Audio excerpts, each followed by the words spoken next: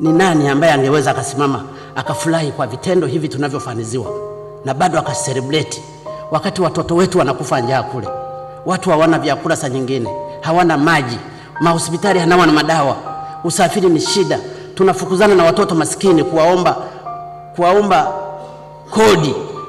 Hii kodi ambayo iko pale tumepewa na Mungu hatuishughulikii. Ni unyama. Na kama ni dhambi, hii ni dhambi kubwa. Mimi ndugu zangu, nilipozungumza kwamba hii lazima we have to fight for this, sio kwamba mimi sina damu. Nina damu, lakini damu yangu haina faida kama wananchi wa Tanzania walionichagua kwa moyo wao bila hata kuwahonga, na Mungu akawabariki kwamba mpeni huyu, halafu nisimame pale nikawe mmoja wa wasaliti.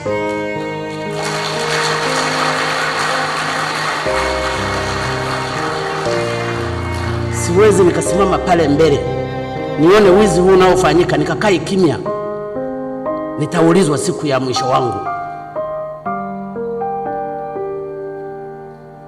Nilikuwa najaribu kunaungana na Mheshimiwa Waziri Mkuu na Makamu wa Rais. Sasa nakwenda kusema nini? Niseme nini mimi kwenye ripoti kama hii?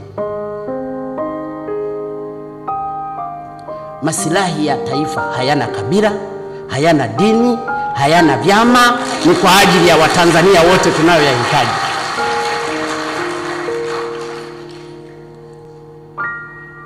Saa nyingine nikizungumza openly mnaniona mimi mtu wa ajabu, lakini ni vyema angalau nizungumze machungu ninayoyaona kwa ajili ya Watanzania kuliko kukaa kimya. Tukiendelea kukaa kimya tunaliangamiza taifa. Ukimya wetu na kuoneana aibu tumeendelea kuliangamiza taifa. Tutakuja kujibu mbele ya Mungu. Hata makaburi yetu yalistahili kupigwa. It's really painful.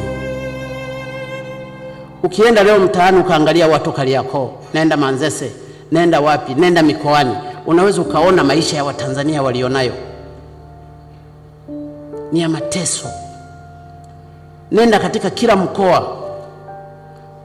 Mimi nimezunguka Tanzania nzima wakati nikiomba kura, mpaka nilikuwa najiuliza kwa nini hata ninaomba hii kazi. Umaskini wa Watanzania wanaokuzunguka, lakini wanakutuma nenda ukatusaidie.